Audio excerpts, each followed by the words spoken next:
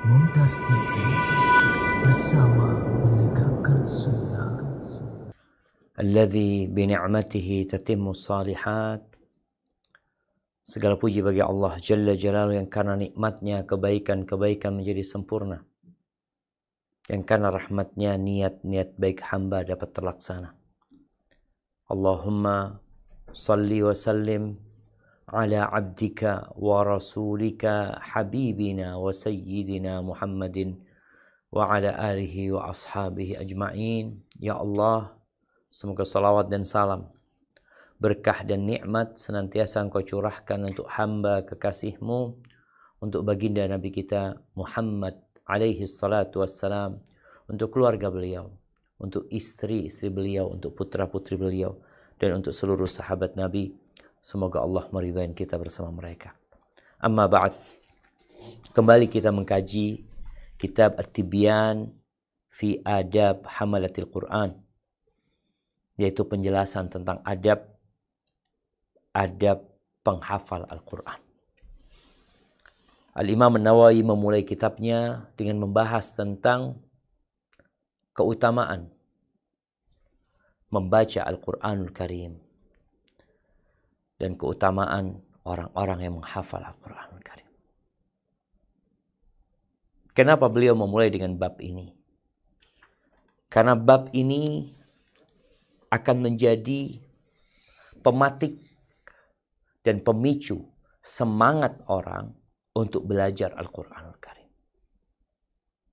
Banyak orang yang masih mengabaikan Al-Quran. Boleh jadi karena dia nggak ngerti. Boleh jadi karena dia lupa.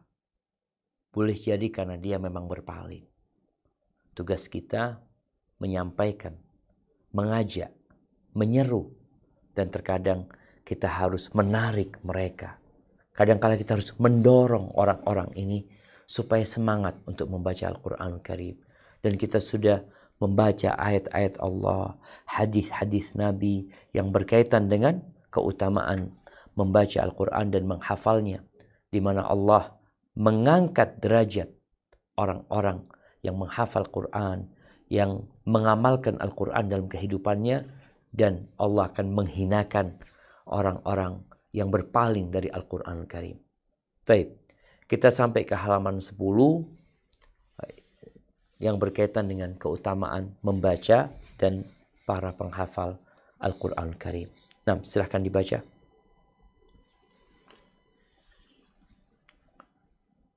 Diriwayatkan dari Abu Sa'id Al-Khudri radhiyallahu anhu dari Nabi sallallahu alaihi wasallam bahwa beliau bersabda, yaqulu Rabbu subhanahu wa ta'ala man syaghalahu al-Qur'an wa dzikri an mas'alati a'taituhu afadla ma u'ti as-sa'ilin wa fadlu kalamillah subhanahu wa ta'ala ala sa'iril kalami kafadlillahi ta'ala ala sa'iri khalqi.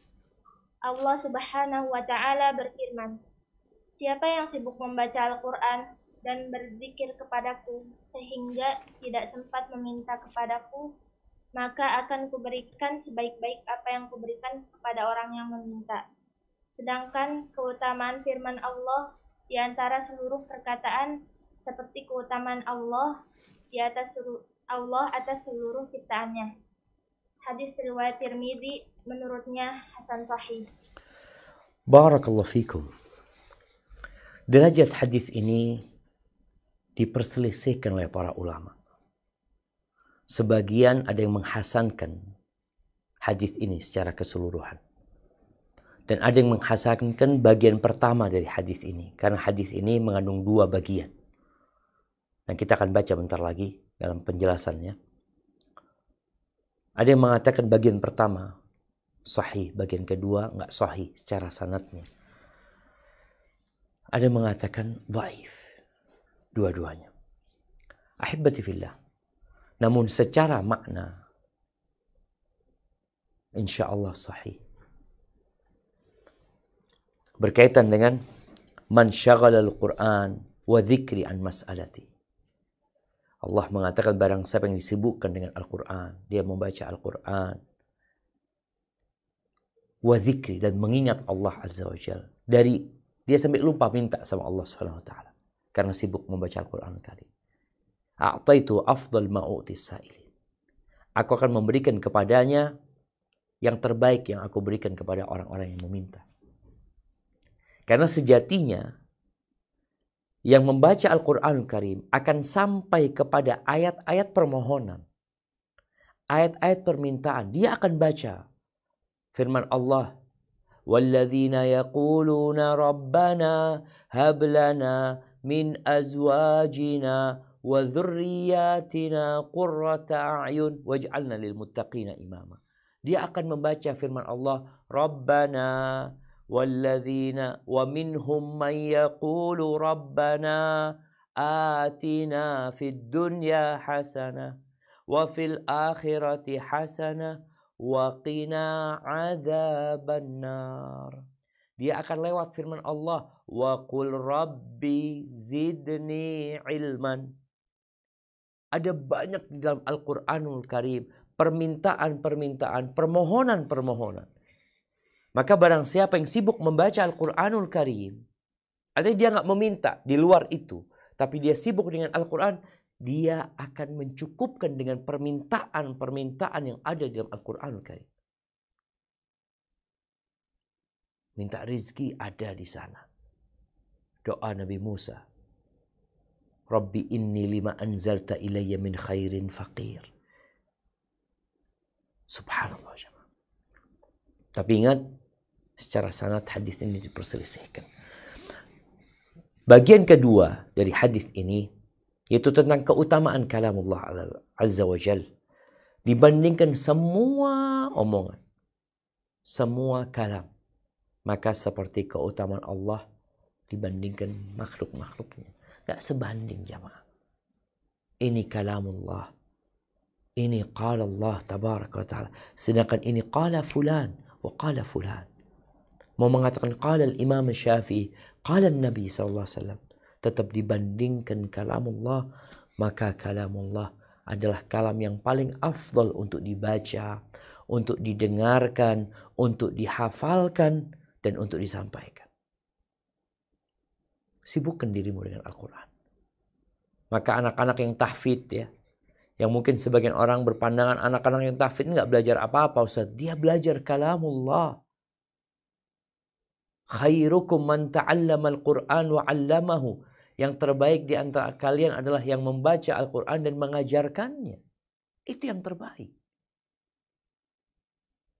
Maka subhanallah, tatkala ada yang berpendapat anak-anak belajar Quran nggak belajar yang lainnya, dia belajar semuanya dalam Al-Quran. Karena memang Al-Quran ini yahdi lillati hiya aqwam, memberikan petunjuk kepada jalan yang paling lurus. Barakallahu fiik. Nah, dilanjutkan.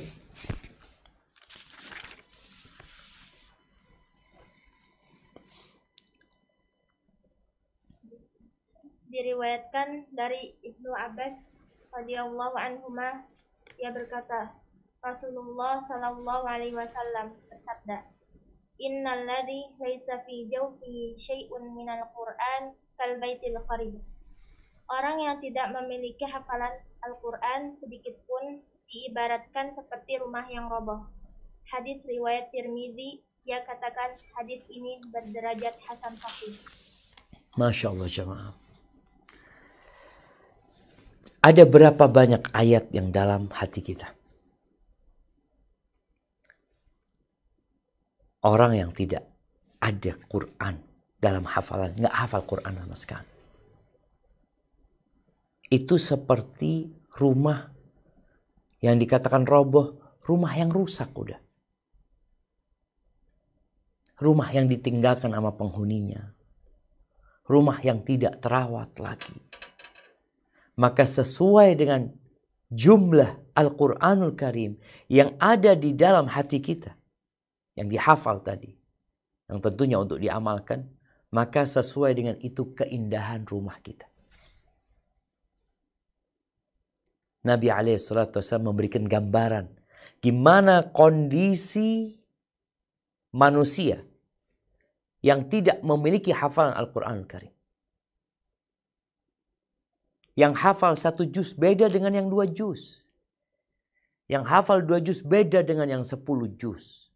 Yang hafal 20 juz beda dengan yang hafal Al-Quran Karim.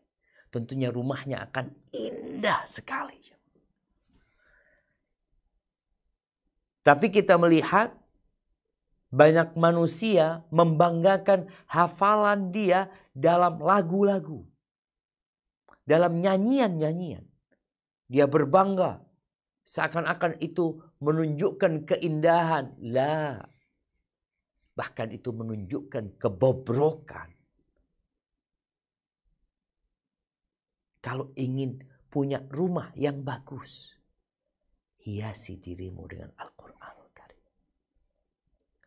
Teruslah menghafal. Memohon kepada Allah Azza wa Jal agar dimudahkan menghafal. Semakin banyak hafalanmu, semakin indah rumahmu. Orang kalau hafalannya berkurang, ya Allah, hadis ini mengingatkan kita. Nabi mencontohkan tadi rumah ya. Yang hafalnya berkurang seakan-akan perabot rumahnya berkurang. Keindahan rumahnya berkurang. Yang awalnya rumah itu indah, tahu-tahu jendelanya lepas. Gentengnya berterbangan. Pintunya nggak bisa dibuka lagi. Kenapa? Dia mulai meninggalkan hafalan Al-Quran Karim. Maka jaga rumah yang indah ini. Barakallahu fiik. Nah, lanjutkan. Diriwayatkan dari Abdullah bin Amr bin As radhiyallahu anhuma dari Nabi sallallahu alaihi wasallam.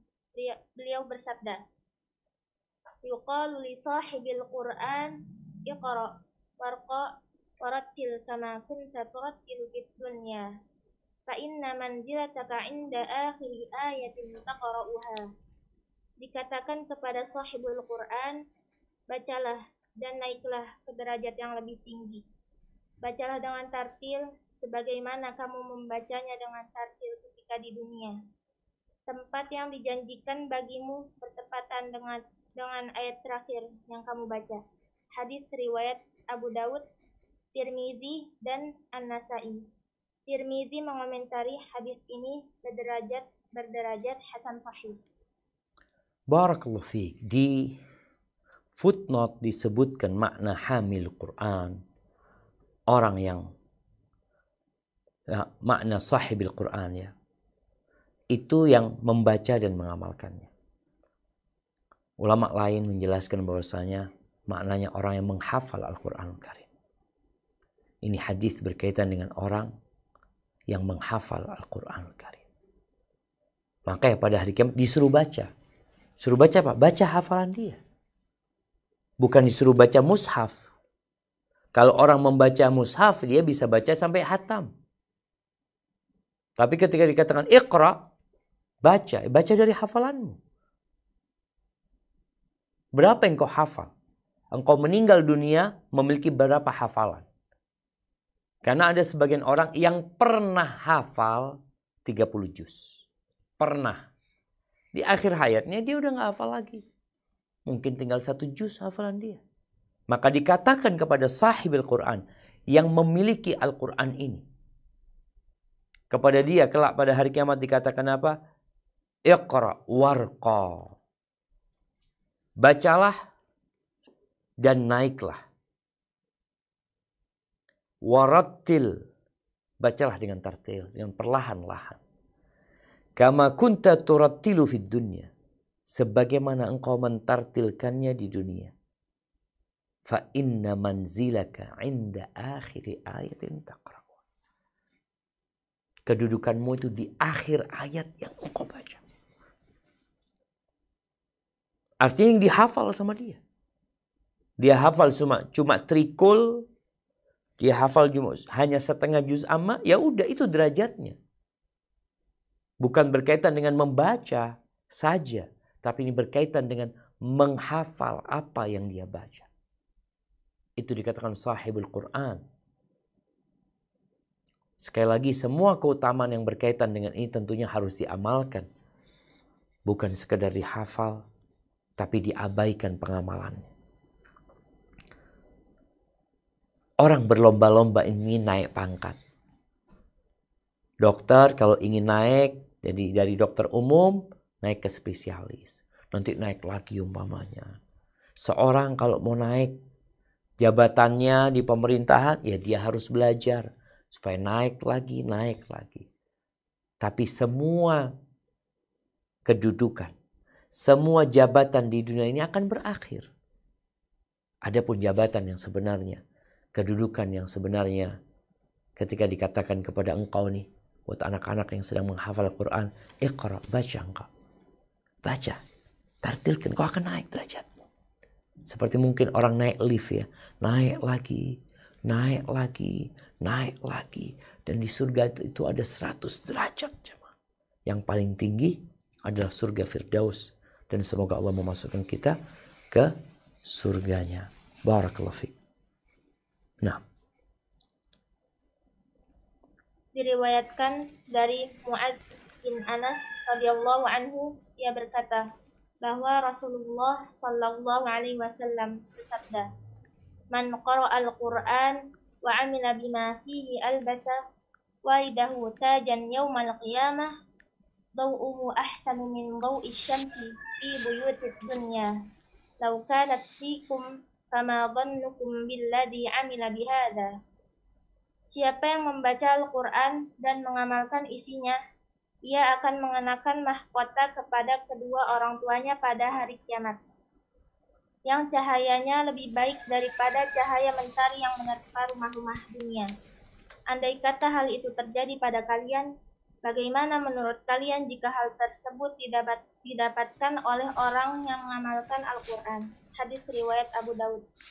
Masya Allah jamaah, barakallahu fiik ya. Kita lihat ya, di sini disebutkan tentang keutamaan orang tua penghafal Quran. Ini keutamaan orang tuanya. Apa keutamaannya? Disebutkan di sini bukan albasa ya. Mungkin tadi baca albasa, ulbisa. Ulbisa. Man qara'al Qur'an wa amila bima fih, ini syaratnya bukan hanya menghafal tanpa mengamalkan, tapi dia menghafal dan mengamalkannya. Ulbisa walidahu tajan yaumal qiyamah. Kedua orang tuanya akan dikasih mahkota pada hari kiamat, bukan di dunia. Makanya kadang kala orang tuanya susah di dunia ya, ngajarin anaknya, nyekolahkan anaknya, kadang kala perlu perjalanan jauh. Ada usaha dari orang tua agar anaknya menghafal Al-Quranul Karim. Dia mungkin akan mendapatkan capek dan lelah, keluar biaya, kesulitan ekonomi. Tapi kelak pada hari kiamat akan dikasih mahkota. Seperti apa mahkota itu? Dhau'uhu ahsan min dhau'is syams fi buyutid dunya. Cahayanya seperti cahaya matahari ketika masuk ke rumah-rumah di dunia. Terang. Lau kanat fikum fama dhannukum billadhi amila bihadza. Bayangkan ya. Andai kata hal itu terjadi pada kalian, yakni sebagai orang tuanya yang anak yang menghafal Quran. Fama dhannukum billadhi amila bihi. Bagaimana menurut kalian jika hal tersebut didapatkan oleh orang yang mengamalkan? Bukan hal tersebut didapatkan ya. Bagaimana menurut kalian yang akan didapatkan? Nah, bagaimana menurut kalian yang akan didapatkan oleh orang yang mengamalkan Al-Quran? Yang mengamalkan fadilah ini maksudnya. Ini kan orang tuanya. Bagaimana dengan kondisi anaknya? Kalau orang tuanya akan mendapatkan itu, bagaimana dengan kondisi yang mengamalkan, yakni anaknya yang menghafal Al-Quran dan mengamalkannya? Tentunya akan mendapatkan keutamaan yang lebih banyak lagi. Hanya saja manusia ini kalau memandang dunia, dia tersilaukan. Oleh karena itu, Allah mengatakan di surat Al-A'la yang dianjurkan dibaca setiap Jumat. Apa kata Allah? Bal tu'thirunal hayatad dunya. Tapi kalian lebih mementingkan kehidupan dunia. Mahkota ingin mahkota di dunia. Pakaian ingin pakaian di dunia. Bal tu'thirunal hayatad dunya. Wal akhiratu khairu wa abqa. Dan akhirat itu lebih baik dan lebih kekal. Barakallahu fiik. Baik, dilanjutkan. Darimi meriwayatkan dengan sanadnya dari Abdullah bin Mas'ud radhiyallahu anhu, Rasulullah sallallahu alaihi wasallam bersabda, "Iqra'ul Qur'an fa inna Allah ta'ala la yu'adzibu qalban wa al-Qur'an wa inna hadzal Qur'an ma'dubatullah ta'ala faman dakhala fihi fahuwa amin wa man ahabbal Qur'ana falyubashir."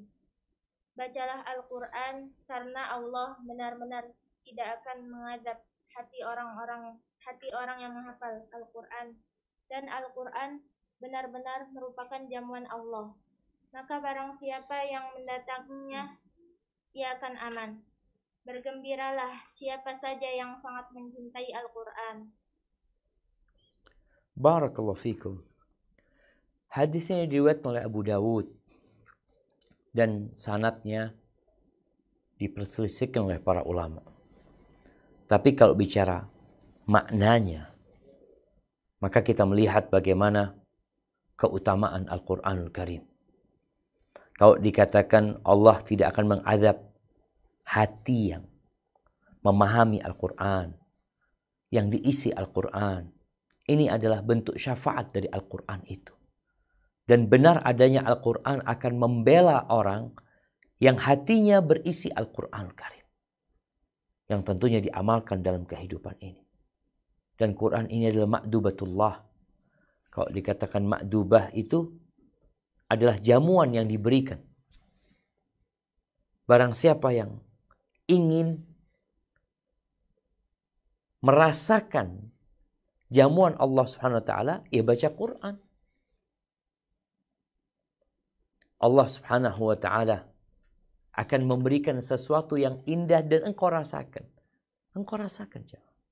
Makanya Utsman bin Affan mengatakan, "Lau tahurat qulubukum ma syabi'at min kalami rabbikum." Kalau hati kalian bersih, kalian gak akan pernah puas baca Quran. Tapi di hati kita ada dosa, ada nista, di hati kita ada banyak pikiran-pikiran buruk, ada suudzon. Akhirnya kita baca Quran gak nikmat. Tapi tatkala kita membaca ikhlas lillahi ta'ala, mengharapkan pahala dari Allah, menikmatin jamuan Allah, gak akan ada kenyangnya. Kalau kita makan di dunia, kita akan kekenyangan. Kita akan merasakan udah cukup, anak udah kenyang. Tapi kalau engkau membaca Al-Quran, mengkaji Al-Quran, memenuhi hatimu dengan Quran, maka engkau tidak akan pernah puas. Kenapa? Karena Quran ini selalu bertambah kebaikan dan keindahannya. Dan dia akan memberikan tadi syafaat kepada orang yang menghafal Al-Quran, yang mengkaji Al-Quranul Karim. Barakallahu fikum. Nah, dilanjutkan.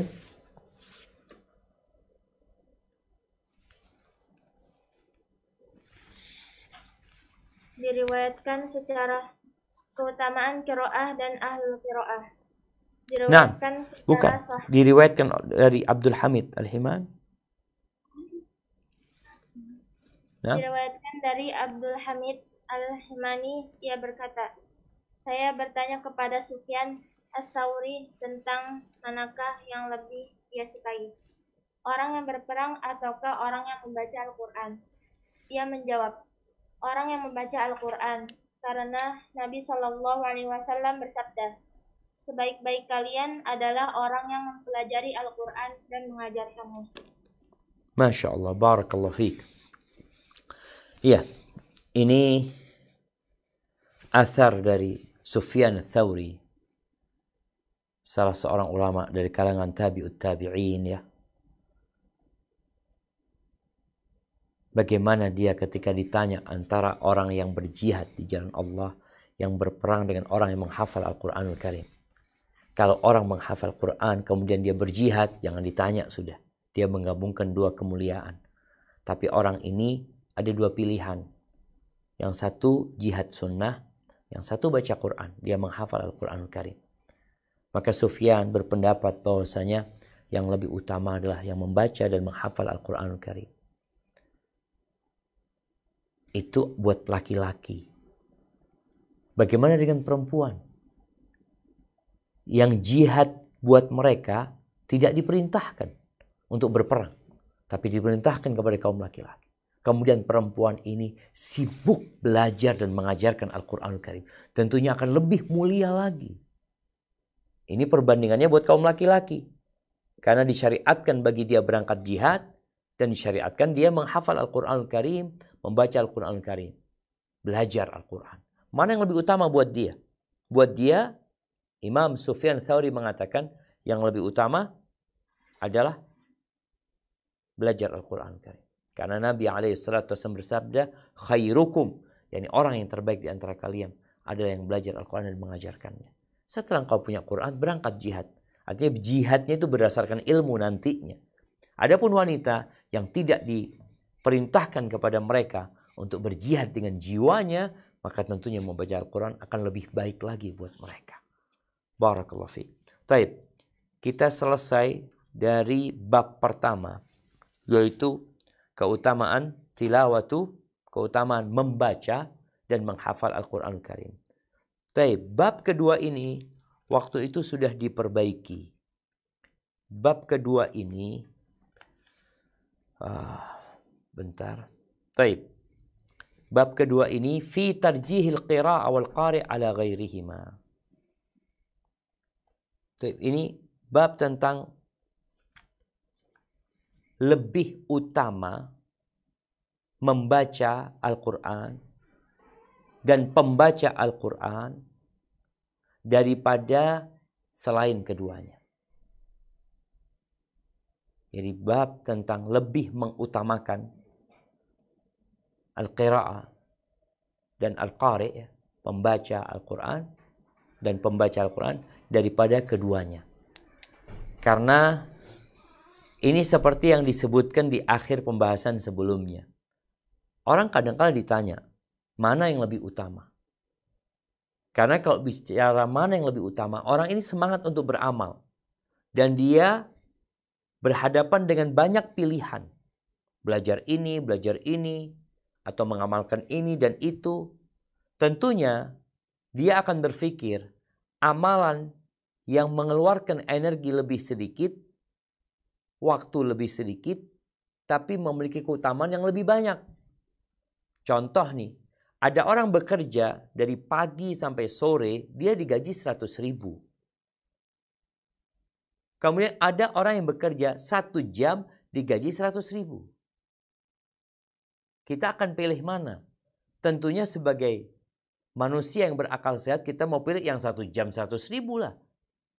Maka di sini pentingnya belajar tentang mana yang lebih mulia, mana yang lebih utama, sehingga kita dapat memilih dan tepat pilihan kita. Kalau tidak, ya kita akan merasa rugi kelak pada hari kiamat. Kenapa sih aku melakukan itu ya? Seharusnya aku lakukan, tapi udah selesai, penyesalan nggak ada gunanya. Maka sekarang kita perlu belajar itu. Baik, barakallahu fiik. Silahkan.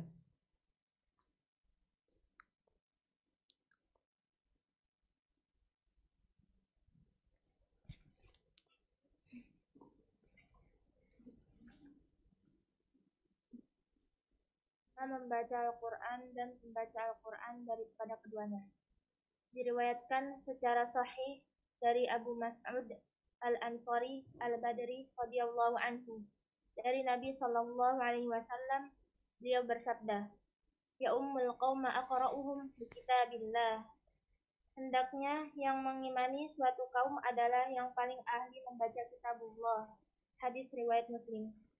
Barakallahu fiik. Nih kalau bicara mana yang lebih utama sekarang, yang lebih diutamakan ketika berangkat ke masjid, Ketika banyak orang, ada pejabat negara di situ, ada tokoh masyarakat, ada orang kaya yang dermawan, ada doktor, ada profesor, ada lagi artis mungkin, ada lagi banyak orang di tempat itu. Siapa yang akan dijadikan imam? Yang akan berada di depan dan lainnya akan berada di belakang dia. Siapa? Tentunya kata Nabi SAW, yang paling ahli Al-Quran. Ahli membaca, yang paling banyak hafalan Quran. Karena sekali lagi bicara baca pada waktu itu, mereka bukan bicara baca lewat mushaf ya. Apalagi kalau sholat berjamaah jadi imam, dia juga nggak baca dari mushaf. Tapi yang paling banyak hafalan Qur'annya. Ya ummul qawma aqra'um li kitabillah. Yang lainnya di belakang. Yang lainnya bersof di belakang dia. Dia sendirian yang di depan. Loh, ada presiden mundur belakang. Ada raja di belakang. Menteri-menteri di belakang. Kenapa? Karena Nabi SAW sudah memberikan aturan yang dipilih menjadi imam adalah yang paling banyak hafalan Quran. Terus kita nggak semangat untuk belajar Quran. Barakallahu fiik. Baik, lanjutkan. Diriwayatkan oleh Ibnu Abbas radhiyallahu anhuma, ia berkata, para wara merupakan orang-orang yang selalu berada di majelis Umar radhiyallahu anhu dan merupakan dewan syuranya, baik itu para senior maupun kaum mudanya. Hadis riwayat Bukhari dalam sahihnya. Bab berikutnya akan berisi hadis-hadis yang merujuk pada bab ini. Barakallahu fikum. Baik. Bagaimana orang-orang penghafal Al-Quran di masa Umar bin Khattab radhiyallahu ta'ala. Karena kita tahu orang yang dapat menghafal Al-Quran dan menguasai Al-Quranul Karim, ini makhluk yang spesial. Sekarang alhamdulillah di negeri kita yang hafal Al-Quran 30 juz, dia bisa masuk ke satu perguruan tinggi lewat jalur khusus. Lewat jalur prestasi. Karena memang ini prestasi yang besar. Buktinya di masa Umar bin Khattab radhiyallahu ta'ala anhu. Siapa yang menjadi kawan dekat Umar? Seorang khalifah. Yang kekuasaannya sampai ke Baghdad sana. Yang kekuasaannya sampai ke Syam sana. Sampai ke Mesir. Sampai ke Palestina sana. Itu kekuasaan Umar bin Khattab sebagai khalifah pada waktu itu. Siapa yang dijadikan oleh Umar staf khususnya? Ini bicara staf khusus. Ada staf khusus kementerian, ada staf khusus mungkin presiden, wakil presiden, ada staf khususnya, ada banyak.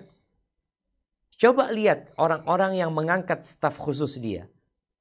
Di tempat dia bekerja, apakah dia memilih orang-orang yang tepat atau tidak? Seharusnya di staf mereka ada penghafal Al-Quran, yang ngerti Al-Quran, yang faham Al-Quran, agar dapat memberikan petunjuk dan bimbingan. Kenapa? Inna hadzal Qur'an yahdi lillati hiya aqwam. Kenapa Umar menjadikan mereka kawan-kawan dekatnya, staf khususnya? Karena Umar tahu Quran ini memberikan petunjuk kepada jalan yang paling lurus, yang paling benar, yang paling tepat, yang paling cepat. Maka Umar radhiyallahu ta'ala anhu memilih. Dan dia sangat selektif dalam hal itu. Ya, hanya saja sekarang sebagian orang takut dengan penghafal Al-Quran. Takut dengan para ulama. yang mengajarkan kebaikan dan memberikan petunjuk. Dan disebutkan di sini di riwayat Ibnu Abbas radhiyallahu taala anhuma bahwasanya yang duduk di tempat Umar ini para penghafal Al-Quran yang faham Al-Quran, kuhulan wa syababan, yang senior-senior, yang sudah sepuh atau yang masih muda belia. Didudukkan. Punya ilmu nih. Dia belajar Quran, dia faham Quran yang merupakan petunjuk dari Allah Azza wa Jal, hudan linnas wa bayyinatin minal huda wal furqan. Petunjuk bagi umat manusia. Penjelas-penjelas yang menjelaskan untuk umat manusia. Subhanallah jemaah. Maka siapa yang seharusnya lebih diutamakan? Siapa yang seharusnya lebih dimuliakan? Yang menghafal Al-Quran. Yang tentunya ini menunjukkan pentingnya Al-Quran dibanding yang lainnya. Kemudian wasayati fil bab ba'da hadha. Bab berikutnya akan berisi hadis-hadis yang merujuk pada bab ini. Berbicara tentang keutamaan, lebih utama membaca Quran dan para penghafal Quran dibandingkan yang lainnya. Barakallahu fiik. Baik. Kita masuk ke bab ketiga. Bab fi ikrami ahli Al-Quran wan nahyi an adahum. Bab tentang keharusan memuliakan ahlul Quran dan larangan menyakiti mereka. Tafadhal.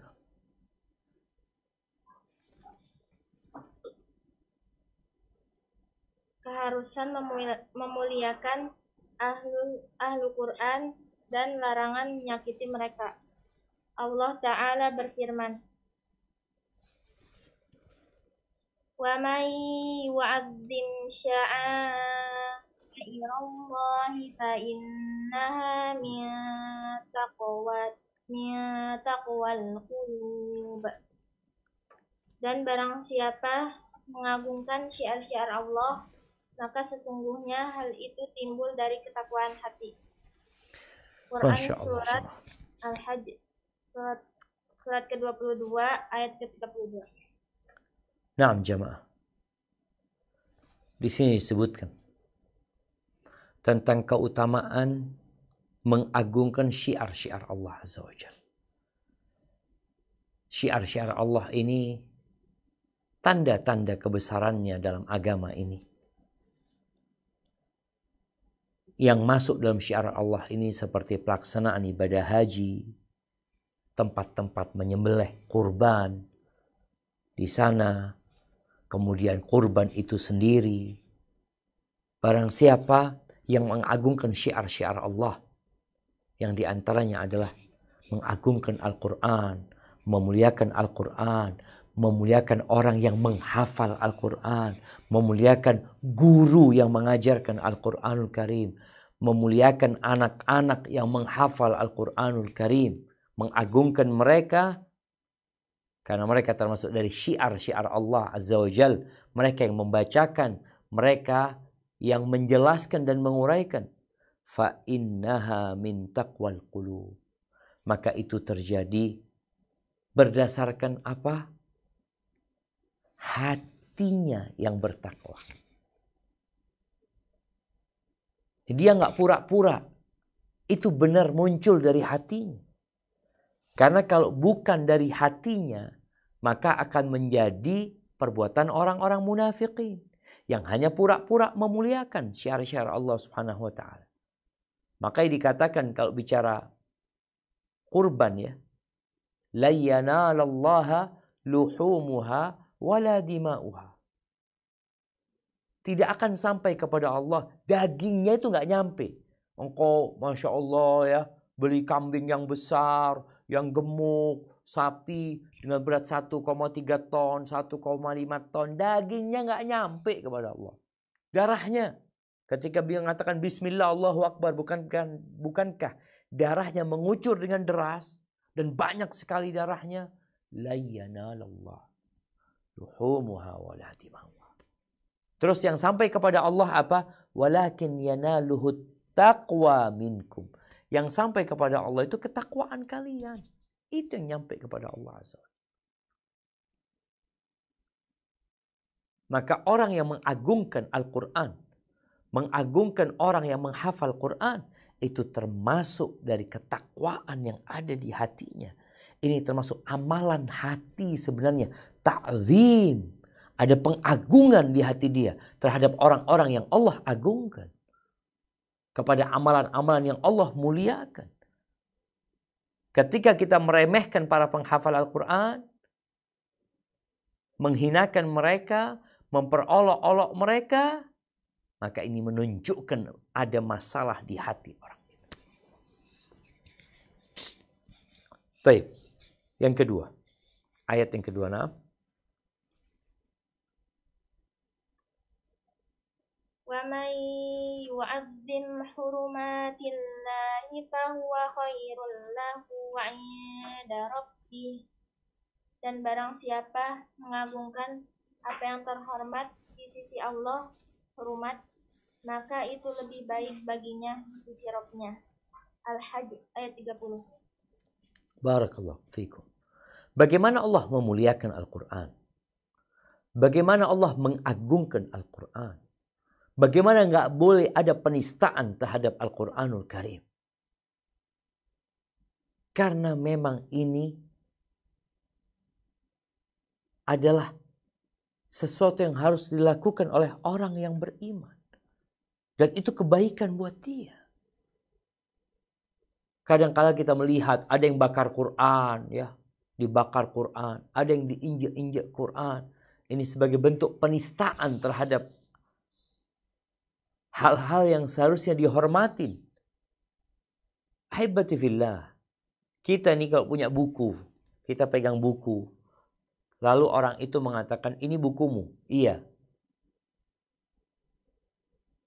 Dan dengan emosi dia lempar buku itu, dia injek-injek buku itu. Marah nggak kita? Ini penghinaan. Ini penghinaan kepada manusia. Kau tidak menghargai orang itu. Bagaimana kalau yang dia injek, yang dia buang itu kitabullah tabaraka wa ta'ala. Banyak orang gak ngerti tentang Al-Quran. Coba dia baca Al-Quranul Karim dengan baik dan benar. Dia kaji dengan penuh penghayatan. Maka dia kelak akan mengagungkan Al-Quran. Karena nggak ada di dunia ini kitab yang seperti Al-Quran Karim. Nggak ada. Masya Allah. Barakallahu fiik. Baik. Dilanjutkan. وَاخْفِضْ جَنَاحَكَ لِلْمُؤْمِنِينَ. Dan berendah hatilah engkau terhadap orang yang beriman. Al-Hijr ayat 88. Masya Allah. Allah memerintahkan agar kita bersikap rendah hati terhadap orang-orang mukmin. Secara umum nih orang-orang mukmin. Bagaimana kalau mukmin ini menghafal Quran? Bagaimana kalau mukmin ini mengajarkan Al-Quran? Secara umum kita adalah saudara sama orang-orang yang beriman. Dan kita diperintahkan tadi untuk tidak angkuh. Bahkan kita kalau bisa menjadi pelayan mereka. Rendah hati sama mereka. Maka bagaimana kalau dengan penghafal Quran? Dengan orang yang dicintai Allah. Dengan orang yang kata Nabi, orang yang terbaik. Dengan orang yang diangkat derajatnya sama Allah. Innallaha yarfa' bihadzal kitab aqwaman. Sesungguhnya Allah mengangkat dengan kitab ini kaum-kaum diangkat derajatnya. Lalu kita tidak memuliakan mereka. Kita tidak rendah diri sama mereka. Ahibati fillah, penghafal Quran ini kadangkala diremehkan oleh sebagian orang. Seorang penyanyi kadangkala lebih dimuliakan. Seorang yang mendatangkan berkah yang dimuliakan Allah malah dianggap biasa-biasa saja. Apa penyebabnya? Kembali karena ketidakfahaman, karena kecintaan kepada dunia, ambisi dunia. Dia tidak berambisi akhirat. Barakallahu fiik. Nah, silahkan. Allah juga berfirman, walladzina yu'dzunal mu'minina wal mu'minati bighairi maktasabu faqad ihtamalu buhtanan wa isman mubina. Orang-orang yang menyakiti orang-orang mukmin laki-laki dan perempuan tanpa ada kesalahan yang mereka perbuat, maka sungguh mereka telah memikul kebohongan dan dosa yang nyata. Al-Ahzab ayat 58. Masya Allah jemaah. Ini orang mukmin, perempuan yang beriman. Ini anak-anak yang sekarang sedang membaca Al-Quran. Kadangkala ada yang memperolok-olokkan. Engkau apa? Belajar Quran. Ngapain ngafalin Quran? Ada orang-orang yang meremehkan, yang memperolok-olok orang beriman dalam ibadahnya. Ada yang memperolok-olok sholatnya, memperolok-olok puasanya, sehingga menyakiti orang yang beriman. Padahal dia nggak punya salah apa-apa. Maka orang itu telah melakukan perbuatan dosa nyata, nggak main-main. Ya kita kalau sebagai orang yang sibuk membaca Al-Quran, menghafal Quran, terus ada yang menyakiti hati kita, meremehkan apa yang kita pelajari, membuli kita, maka kita nggak perlu menanggapinya. Tapi kita perlu menjelaskan kepada orang-orang bahwa Allah mengangkat derajat orang yang menghafal Quran. Dan Al-Quran ini seharusnya dibaca dan diamalkan. Tapi ketidaktahuan membuat sebagian orang jadi meremehkan penghafal Quran, guru Quran. Kadang-kala mereka tidak dikasih mukafa'ah yang sesuai. Ya Allah jemaah. Maka buat anak-anak juga muliakan gurunya yang mengajarkan Quran. Kenapa? Karena ini orang yang terbaik. Gurunya ini. Dia belajar Quran dan dia mengajarkannya. Engkau sedang menuju proses untuk menjadi yang terbaik pula. Jangan sakiti mereka. Apalagi disakiti dengan sesuatu yang mereka tidak berbuat itu. Itu hanya fitnah belaka. Itu hanya bulian belaka dan celaan. Nah, setelah kita mendengar ayat Allah Azza wa Jal, di sini ada hadis-hadis yang akan dibahas. Tafadhal.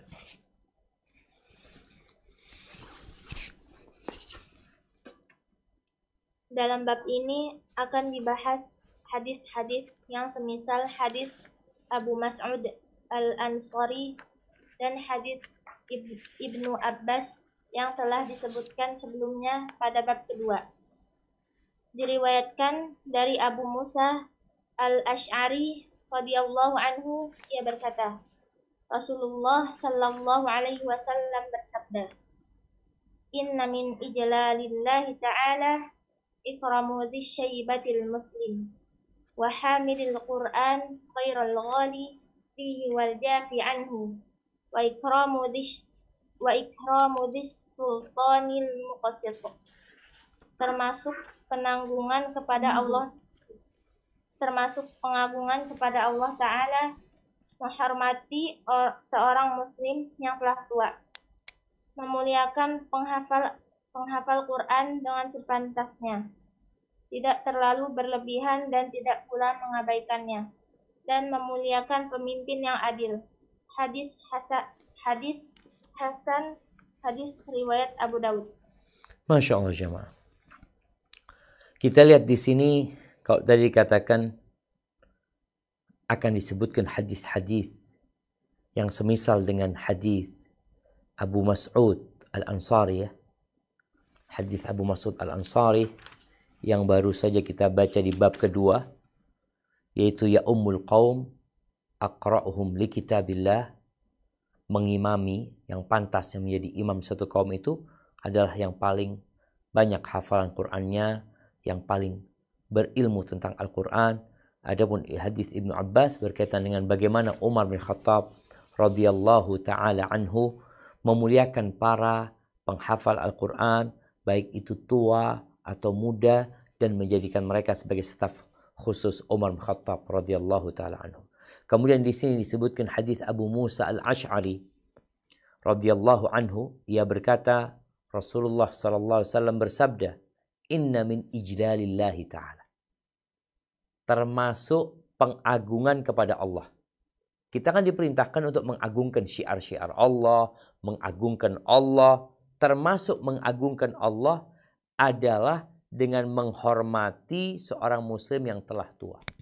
Dzisyaibah, yang sudah beruban.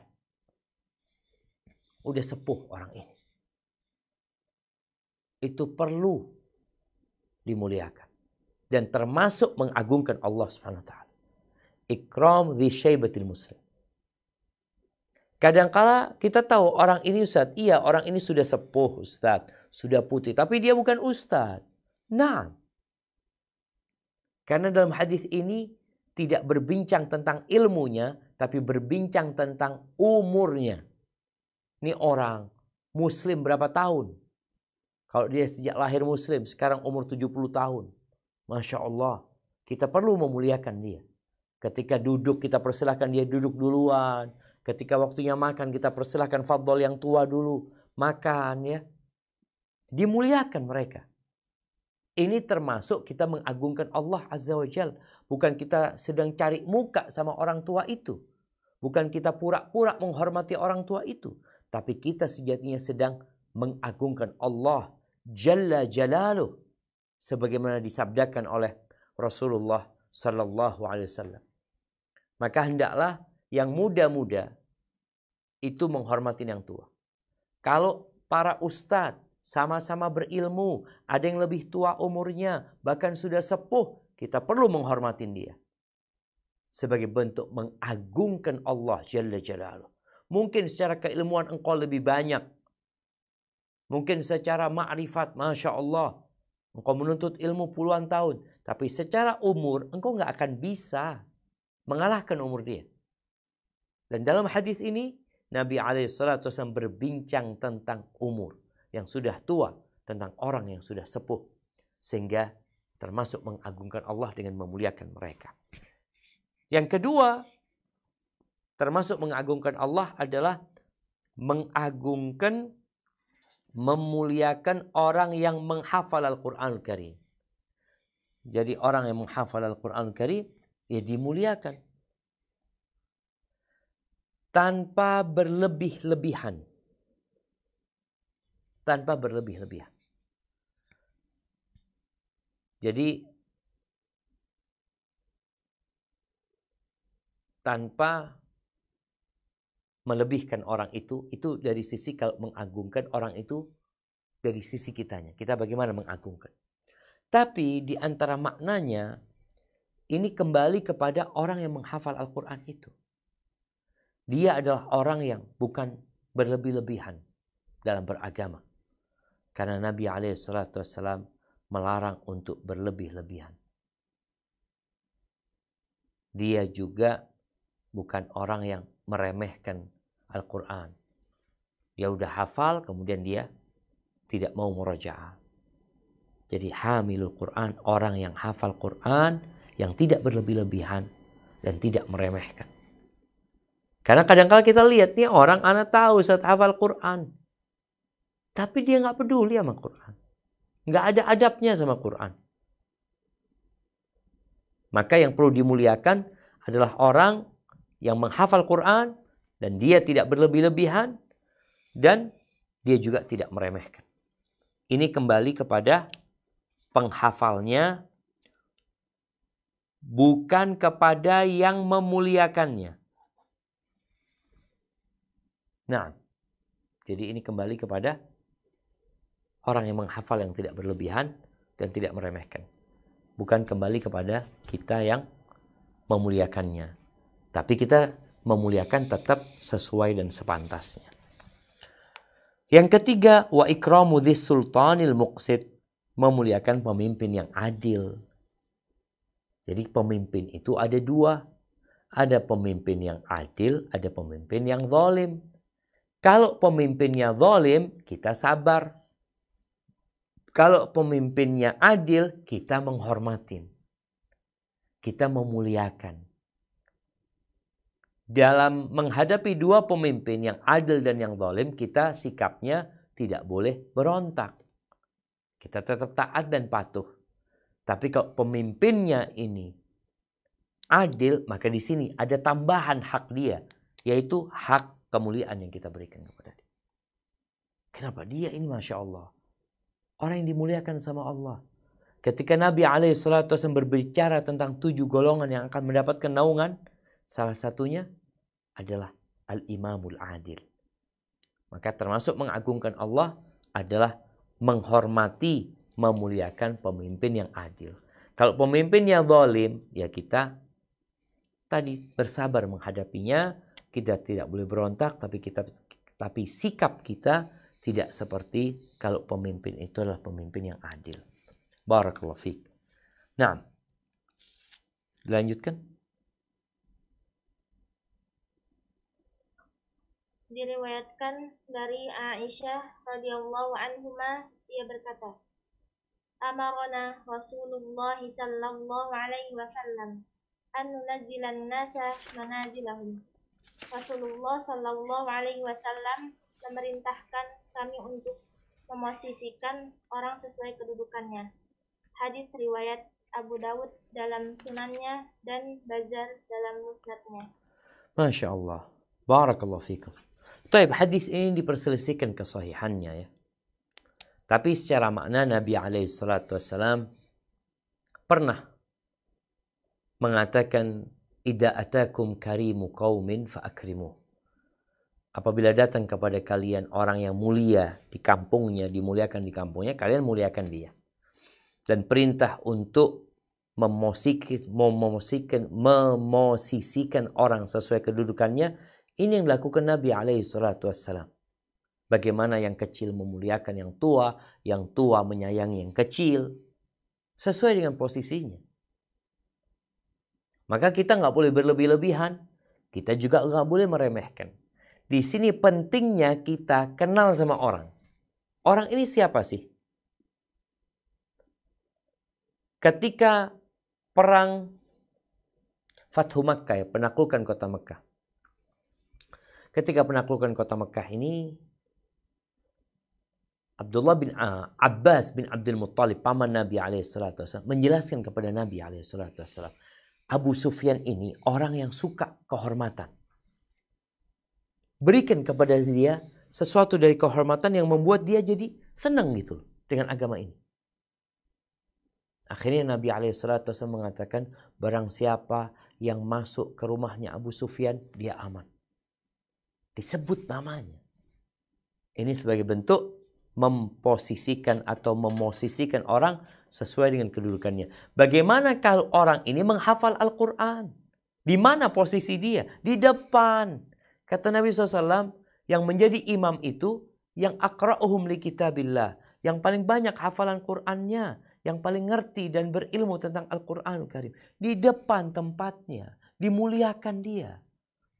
Bagaimana Umar bin Khattab radhiyallahu ta'ala anhu sangat-sangat memahami tentang hal ini. Yang dijadikan staf khusus dia, siapa? Orang-orang yang pantas mendapatkan posisi itu. Bukan pecundang dijadikan teman untuk bermusyawarah. Bukan pecundang dijadikan kawan untuk berdialog. Bukan pecundang dipilih untuk menjadi staf khusus. Enggak. Pilihlah staf khusus yang memang orang-orang pantas dan pilihanmu tepat. Barakallahu fiik. Nah, lanjutkan. Baik, mungkin kita masuk ke sesi tanya jawab. Kalau banyak pertanyaan, kalau enggak kita lanjutkan. Gimana? Sepertinya sudah lumayan banyak nih Ustaz yang mau bertanya Ustaz, dan Baik. yang di room chat Zoom juga sudah. Hadir. Berarti insya Allah kita lanjutkan ke pertemuan yang akan datang berkaitan dengan bab yang ketiga ini tentang bagaimana kita seharusnya menghormati orang-orang dan memuliakan orang-orang yang menghafal Al-Quranul Karim. Tafadhali, barakallahu fiik. Baik, barakallahu fiikum Ustaz. Di sini Ana akan bacakan pertanyaan yang datang dari chat room Zoom terlebih dahulu Ustaz. Baik, pertanyaan dari Gisman Pontianak. Assalamualaikum Ustaz. Waalaikumsalam. Semoga Ustadz selalu dalam naungan hidayah, taufik dan rahmat Allah Subhanahu wa taala serta semua kaum muslimin. Amin ya rabbal alamin. Amin ya rabbal alamin. Bagaimana Ustadz kelak jika di akhirat jika tidak punya anak, hafalan Quran pun sedikit, dari mana mahkota yang akan didapatkan? Mohon petunjuknya Ustadz. Syukron Ustadz. Wa jazakallahu khairan. Masya Allah, barakallahu fiik. Nah, ahibati fillah. Pintu-pintu kebaikan itu banyak. Ada 8 pintu surga. Ada yang masuk surga, kata Nabi SAW, dari pintu sedekah.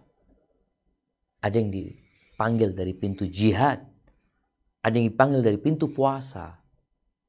Ada yang dipanggil dari pintu ilmu. Sesuai dengan amalan dia. Ketika engkau tidak dapat melakukan satu, maka di hadapanmu ada banyak pilihan. Makanya seorang muslim itu harus optimis. Ketika dia nggak dikasih anak sama Allah Azza wa Jal, mungkin dia bisa menjadi pengajar Al-Quranul Karim. Ketika dia tidak bisa baca Al-Quranul Karim, anak nggak bisa baca Quran, Ustaz, nggak punya anak, ya. Cari kebaikan yang lainnya. Engkau belajar Al-Quran, berusaha. Kemudian engkau bisa membuka rumah tahfidz, rumah Al-Quran. Engkau bisa biayai anak-anak untuk belajar Al-Quranul Karim.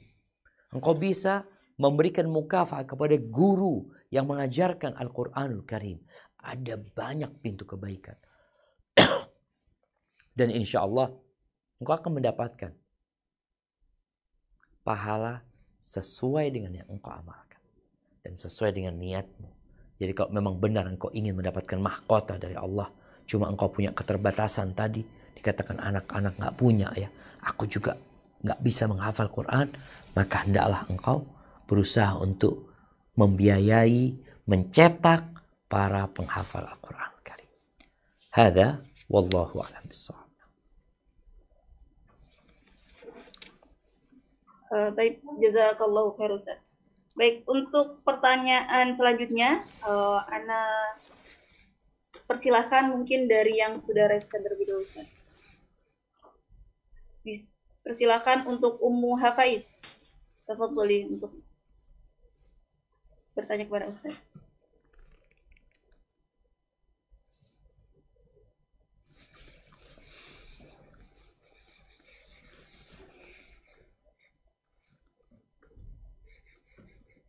Ya, Afwan, Ummu Hafaiz. Assalamualaikum warahmatullahi wabarakatuh, Ustaz. Waalaikumsalam warahmatullahi wabarakatuh. Nah, Ahlan wa sahlan, Ustaz. ahlan. Afwan, Ana izin bertanya tapi di luar tema dikit ya Ustaz, tapi ini penting bagi Ana, Ustaz. Nah, Ana mau bertanya, kemarin ibu Ana meninggal dunia dan meninggalkan utang puasa selama 1 bulan karena sakit. Jadi apakah Ana harus wajib mengkodok puasa ibu Ana yang sudah meninggal? Apakah itu ada tuntunan dari Rasulullah, Ustadz? Soalnya karena Ana bertentangan sama suami, katanya belum pernah mendengar hadis katanya seperti ini, katanya belum ada dengar, katanya gitu. Jadi Ana ntar kata Ana tanya sama Ustadz dulu, karena ini kan soal ibadah ibu Ana kan sudah terputus karena meninggal kan. Nah. Tapi kan soal puasa karena Ana ngeri gitu. Dan kedua, Ana satu lagi ya Ustadz ya, nggak apa-apa ya. Jadi gini Ustadz, soal kemarin yang pekerjaan yang di bank, suami Ana tuh kerjanya di banknya muamalat, bank syari, bank syariah gitu. Nggak apa-apa ya kalau nggak resign Ustadz. Bagaimana itu Ustadz? Tolong penjelasannya Ustadz. Jazakallah khair. Assalamualaikum warahmatullahi wabarakatuh. Waalaikumsalam warahmatullahi wabarakatuh. Baik, barakallahu fiik. Iya, kalau dikatakan ada dua pertanyaan tadi berkaitan dengan puasa. Yang Allah Azza wa Jal mewajibkan puasa atas orang-orang yang mampu berpuasa. Yang tidak mampu berpuasa karena sakit, maka ada uzur bagi dia untuk tidak puasa. Yang karena safar dia meninggalkan puasa, dia ada uzur tapi dia harus menggantikan puasanya. Ada orang yang memang nggak mampu berpuasa. Kalau orang memang sudah tua renta dan tidak mampu berpuasa, maka dia cukup bayar fidyah. Tapi kalau kondisinya orang itu mampu berpuasa, kemudian dia sakit. Lalu setelah selesai puasa, dia seharusnya bisa bayar, tapi dia masih menunda pembayaran umpamanya. Lalu dia meninggal dunia. Maka di sini keluarganya menggantikannya. Kalau bicara hadis, disebutkan dalam riwayat Al-Imam Bukhari Muslim, Nabi SAW mengatakan, Man mata wa alaihi siyamun sama anhu waliyuhu. Barang siapa yang mati meninggalkan utang puasa, maka yang berpuasa adalah keluarganya. Ini hadis diriwayatkan Imam Bukhari dan Muslim. Akan tetapi hadis ini difahami oleh sebagian ulama itu untuk puasa nazar. Puasa nazar. Jadi dia mewajibkan atas dirinya puasa untuk bernazar, dia mau puasa Asyura terus dia meninggal sebelum Asyura, maka keluarganya meninggal, keluarga dari yang meninggal dunia melaksanakan puasa tersebut. Namun ada yang mengatakan hadis itu umum. Jadi utang puasa Ramadan pun seperti itu, keluarganya melaksanakannya. Maka yang dikatakan suami tadi boleh jadi ya seperti itu, karena memang ada yang berpendapat itu hanya untuk puasa nazar, tapi sebagian ulama diantaranya para imam yang lainnya berpendapat bahwasanya tetap diganti sama keluarganya.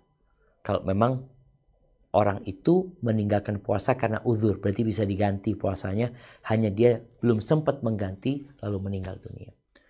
Adapun berkaitan dengan yang bekerja di bank konvensional ya kita tahu bagaimana Al-Quran Karim menjelaskan tentang hukum riba ini. Makanya kenapa kita perlu belajar Al-Quran, memahami, menghayati adab-adab sama Al-Quran. Dikatakan oleh Allah nggak boleh, wala ta'kulur riba, lalu kita masih makan riba ya. Jadi usahakan memang yang bekerja di sana, yang mungkin pinjam uang di sana, hendaklah dia bertakwa kepada Allah. Yang menabung di sana tanpa darurat, dia kepingin dapat bunga ini dan itu, maka itu semuanya akan mendapatkan dosa. Hadza wallahu a'lam bissawab. Nah. Jazakallahu khairan. Baiklah, untuk pertanyaan yang ketiga kami ambil juga dari chatroom Zoom. Kami pilih yang sesuai tema terlebih dahulu. Assalamualaikum warahmatullahi wabarakatuh. Waalaikumsalam warahmatullahi wabarakatuh. Afwan Ustaz, Ana mau bertanya, mohon nasihatnya Ustaz. Alhamdulillah Ana sudah bisa menghafal surat-surat pendek. Lebih baik menambah hafalan atau memahami yang sudah Ana hafal Ustaz.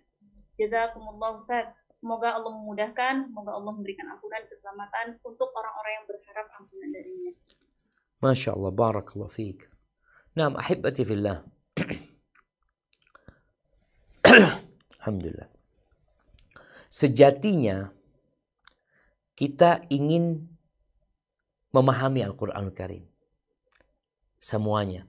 Tapi ada orang-orang yang sekarang berusaha untuk memahaminya. Ada orang-orang yang berusaha untuk menghafalnya. Seperti anak-anak sekarang ketika disuruh memahami, mungkin dia nggak akan paham. Maka bagaimana mereka digenjot, dididik, ditempa untuk menyelesaikan hafalan Al-Quranul Karim. Setelah hafal, baru beralih untuk memahami Al-Quranul Karim. Nantinya seperti itu. Sehingga kalau kita lihat orang-orang dahulu itu anaknya ya udah sejak kecil diajarin menghafal Al-Quranul Karim. Bukan memahaminya. Kenapa? Karena ada umur di mana orang lebih mudah memahami daripada menghafal. Tapi ada waktu di mana anak-anak itu lebih mudah menghafal daripada memahami. Jadi kita harus profesional lah dalam hal ini. Baik, kalau dikatakan tadi dia sudah tua ya. Dia tadi nggak nyebutkan sudah tua, tapi dia sudah berhasil menghafal surat-surat pendek, ya bismillah, engkau bikin target. Targetnya gimana? Aku ingin menghafal 1 tahun ini, umpamanya 1 juz 1 tahun umpamanya. Ya dia nggak ada masalah setelah menghafal surat pendek, dia fahami artinya, itu akan menambah keimanan dia, nanti menghafal selanjutnya. Karena memang disebutkan bahwa para sahabat itu, mereka dulu belajar 10 ayat jamaah. Mereka kaji, mereka hafal 10 ayat itu. Lalu mereka kaji isinya. Lalu mereka mengamalkannya. Lalu mereka pindah lagi ke yang selanjutnya. Karena memang para sahabat Nabi pada waktu itu, mereka sudah kebanyakan sepuh-sepuh. Artinya dulunya mereka orang kafir yang kemudian masuk Islam. Tapi kalau sekarang bicara pembelajaran anak-anak, ya mungkin mereka biarkan mereka menghafal. Kemudian nanti mereka akan memahaminya. Artinya ada pelajaran lain untuk memahami. Tapi kalau tadi sudah besar dan anak kesulitan untuk menghafal Al-Quranul Karim, ya udah, engkau hafal yang bisa engkau hafal, kemudian engkau kaji dan pelajari, dan selama hidupmu masih ada, tambah lagi hafalan nanti. Selesai ini sudah faham, tambah lagi hafalannya. Karena harapannya engkau mendapatkan derajat yang tinggi di surga Allah Jalla Jalaluhu. Barakallahu fiqh. Baik, jazakallahu khairan Ustaz atas jawabannya. Untuk pertanyaan keempat, insya Allah kita ambil dari yang resen. Tafadhol untuk Al-Akh Aristu Eka untuk menyampaikan pertanyaan kepada Al-Ustaz. Bismillah. Assalamualaikum Ustaz. Waalaikumsalam warahmatullahi wabarakatuh. Naam, tafadhali. Jazakallahu khairan Ustaz atas ilmu yang tadi disampaikan. Izin bertanya Ustaz terkait kaitannya dengan pertemuan yang kemarin terkait hadis dari Abdullah bin Mas'ud. Naam. Kan di situ disebutkan Ustaz bahwa ketika kita membaca 1 huruf dari Al-Quran, maka akan dibalas 1 kebaikan dan dikalikan menjadi 10 kebaikan. Naam.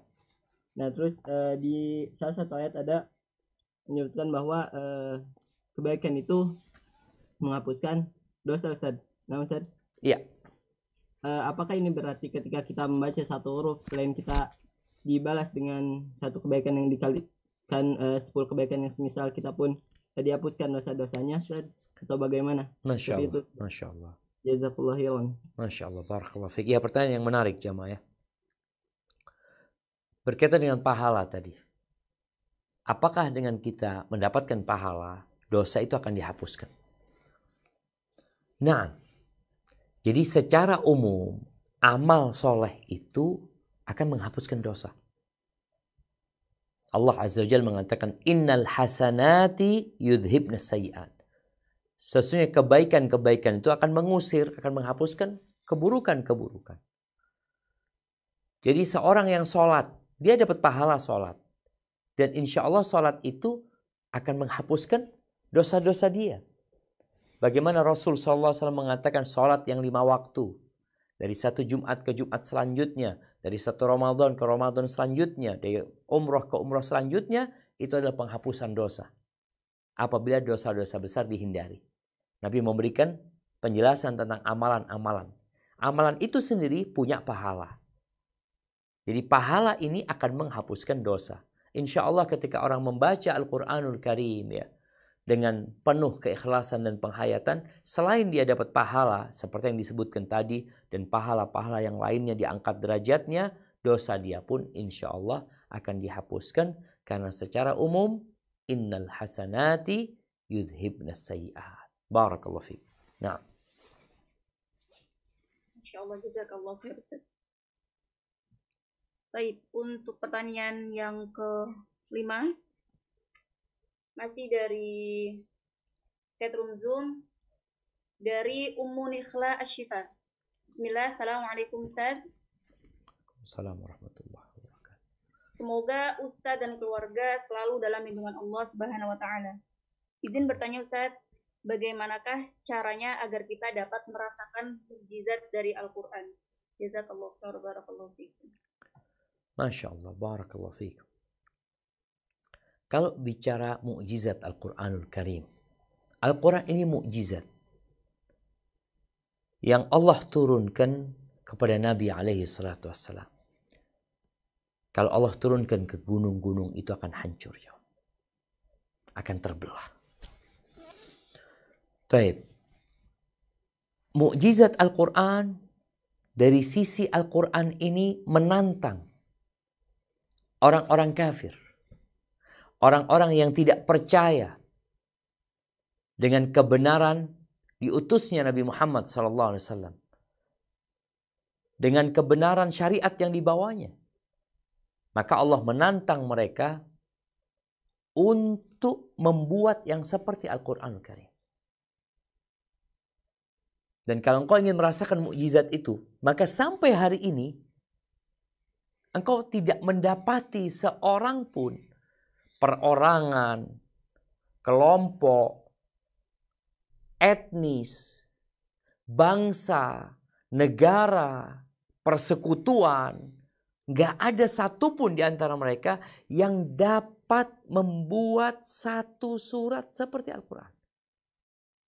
Allah Azza wa Jalla mengatakan, Qul in kuntum fi raibin mimma nazzalna ala abdina fa'tu bi suratin min mithli. Wad'u syuhada'akum min dunillah in kuntum sadiqin.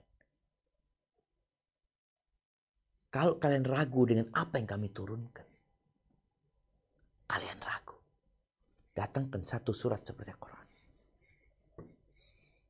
Kalian tidak akan pernah bisa melakukannya. Dan itu kalau bicara mukjizat, engkau ingin merasakan mukjizat Quran, ya udah nih Quran. Kalau bicara mukjizat kandungannya, engkau lihat di dalam Al-Quranul Karim berkaitan dengan berita-berita tentang yang akan datang, berita-berita tentang yang terdahulu. Ada yang bisa bantah. Karena memang ini kebenaran. Kemudian kalau bicara tentang hukum-hukum yang di dalamnya, Allah menyebutkan bahwasanya hukum Allah itu adil dan berita Allah itu benar. Lihat hukum-hukum. Apakah ada yang beranggapan hukum yang Allah turunkan itu tidak sesuai? Mereka hanya menggunakan akal mereka. Padahal hukum dalam Al-Quran adalah hukum yang paling tepat. Kenapa pembunuh dibunuh? Memutus mata rantai supaya tidak banyak pembunuhan. Tapi pembunuh di penjara lagi. Kumpul pembunuh-pembunuh di penjara. Keluar jadi pembunuh lagi kadang-kala mereka. Akhirnya menciptakan banyak pembunuh. Tapi dalam Islam membunuh penggal. Umpamanya seperti itu contoh dari yang bicara hukum, ya. Jadi kalau bicara hukum maka hukumnya adalah yang paling bijak. Kalau bicara berita maka berita dan informasinya adalah yang paling benar. Hada wallahu a'lam bissawab. Nah. Tapi masih bisa ya Ustaz ya untuk sesi tanya jawabnya. Baik, mungkin satu pertanyaan lagi mungkin ya. Bismillah. Bismillah. Untuk pertanyaan terakhir, ya kita ambil dari yang raise hand.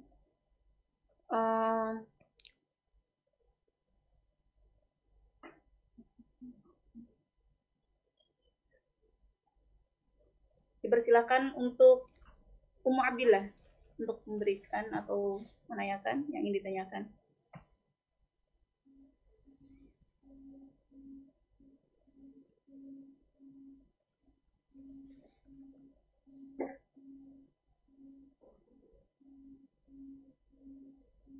Ummu Abdillah. Ya, sekali lagi, Ummu Abdillah. Baik, karena tidak ada respon, kami berikan kesempatan untuk Ummu Reisha. Assalamualaikum warahmatullahi wabarakatuh, Ustaz. Waalaikumsalam warahmatullahi wabarakatuh. Ahlan sahlan. Naam, tafadhali. Afwan izin bertanya, Ustaz. Ini apa? Misalkan ini apa? Ada seorang guru pengajar di TPA, Ustaz, gitu. Tapi beliau itu masih berhubungan dengan kayak riba gitu. Dia semacam kayak perantara orang-orang yang mengambil pinjaman ke bank keliling itu loh Ustadz, yang Allahu Akbar. Subhanallah, semakin maraknya gitu Ustadz di komplek perumahan kami gitu. Sangat memprihatinkan gitu. Afan tadinya sih anak juga sebagai pengajar di situ gitu. Dalam satu lingkup di TPA gitu. Cuman udah anak-anak nasihatin baik-baik. Itu juga berhubungan bukan hanya dengan riba aja Ustadz. Kayak misalkan contohnya kemarin tuh. Ada sebuah panggung di 17 Agustus itu. Beliau juga mengajarkan anak-anak untuk menari, ikut perlombaan seperti itu, dan itu waktunya malam, Ustadz. Subhanallah. Sangat memprihatinkan gitu. Dan ada juga lomba tumpeng gitu antara ibu-ibu gitu. Tapi itu juga lombanya malam, Ustadz gitu. Subhanallah. Dan anak itu di status itu ada sampai 12:30 gitu. Dan itu tuh di situ tuh ikhtilat. Berbaur antara laki-laki dan perempuan itu di situ semua Ustadz gitu. Sangat prihatinkan gitu. Terus apakah yang anak tempuh ini benar? Anak memutuskan untuk keluar dari TPA karena anak tidak mau gitu Ustadz. Sejatinya hati anak tuh ini nggak terima banget gitu Ustadz. Makanya anak memutuskan untuk keluar gitu. Dan qadarullah itu memang itu 4 pengajar itu, yang 3-nya itu memang seperti itu semua Ustadz gitu. Jadi apakah langkah yang anak ambil ini benar atau gimana Ustadz? Masya Allah. Assalamualaikum warahmatullahi wabarakatuh. Waalaikumsalam warahmatullahi wabarakatuh. Iya jamaah. Tadi kita baca ya. Di hadis hadis Abu Musa al-Asy'ari ya, disebutkan termasuk mengagungkan Allah adalah memuliakan orang yang menghafal Al-Quran, yang memiliki Al-Quran, yang tidak berlebihan dia dan tidak meremehkan. Karena ada orang hafal Quran, ngerti Quran, ngajar Quran, tapi dia meremehkan Al-Quran. Dari sisi apa? Dari sisi pengamalannya. Dia tidak mengamalkan. Bahkan boleh jadi ada orang yang punya Al-Quran, dia mencari dunia dengan Al-Qurannya. Maka nanti pada hari kiamat, termasuk orang yang akan menjadi koreknya api neraka, itu orang yang menghafal Al-Quran. Seorang imam, seorang guru, seorang ustaz. Ya ini hal yang memprihatinkan. Kalau ternyata dia malah mencari menjadi perantara riba dan banyak hal-hal lainnya sudah ketika dia memang meremehkan perintah-perintah Allah Subhanahu wa taala ya. Atau karena dia memang karena syahwat yang ada pada diri. Apa yang perlu dilakukan? Wallahu a'lam ya. Ana tidak tahu dengan kondisi kenyamanan di dalam TPA tersebut. Kalau anti masih bisa ngajar dengan nyaman di tempat itu, maka Ana rasa keberadaan anti dibutuhkan. Anti perlu mewarnai. Jadi seorang muslim itu kalau bisa dia seperti pohon kurma. Yang tegak, yang manfaatnya terus dapat dirasakan. Memang ada angin, ada apa, ya dia tetap tegak di situ. Maka kalau anti bisa bertahan sebenarnya, itu lebih baik. Demi anak-anak didik itu, gimana kalau anak-anak didik ternyata orang tuanya malah dikasih tawaran untuk pinjam duit ya dengan sistem riba ini dan itu. Kesian mereka. Namun kalau anti sudah memutuskan karena merasa nggak nyaman di tempat itu ya sudah, kalau memang bisa balik, Ana rasa anti balik dan terus memperbaiki. Anti fokus memperbaiki mereka, mendoakan mereka, memberikan hadiah kepada mereka. Semoga ada hati yang terbuka. Nabi SAW capek kalau bicara berdakwah, sabar beliau. 13 tahun di Mekah. Ada 360 patung berhala di Ka'bah. Ketika Nabi tawaf itu ada. Ketika Nabi sholat patung itu ada. Karena memang kondisi yang tidak memungkinkan. Namun tetap beliau berdakwah. Setelah nggak mungkin, 13 tahun beliau baru hijrah. Itu pun mungkin dilihat. Kalau memang engkau sudah nggak mampu lagi, ya hijrah dengan resign tadi. Hada wallahu a'lam bishawab. Itu yang dapat Ana sampaikan, kurang lebihnya mohon maaf. Ana masih kepikiran dengan yang pertanyaan tadi berkaitan dengan utang puasa yang digantikan sama keluarganya. Kalau menurut pendapat sebagian ulama Dikatakan itu hanya untuk puasa nadar, adapun untuk puasa wajib nggak perlu diganti. Tapi ada yang berpendapat tadi berdasarkan hadis-hadis riwayat Imam Bukhari bahwasanya itu umum, keluarga mengganti puasa Ramadan yang ditinggalkan kalau memang orang itu masih punya waktu untuk mengganti. Ketika selesai Ramadan, dia punya waktu untuk mengganti, dia sehat, tapi dia tidak mengganti. Maka ini harus dibayar. Tapi kalau ternyata dia itu matinya karena sakit, dia nggak mampu membayar sampai mati, ya sudah, nggak ada kewajiban karena dia belum sampai mampu untuk menggantikannya. Orang sakit kan menggantikan ketika sehat. Kalau orang ini nggak sempat sehat, ya sudah, dia nggak wajib untuk menggantikannya dan keluarganya juga tidak wajib menggantikannya karena dia telah meninggal dunia. Hadza wallahu a'lam bishawab. Itu yang dapat Ana sampaikan, kurang lebihnya mohon maaf. Ana kembalikan ke moderator. Jazakillah khairan.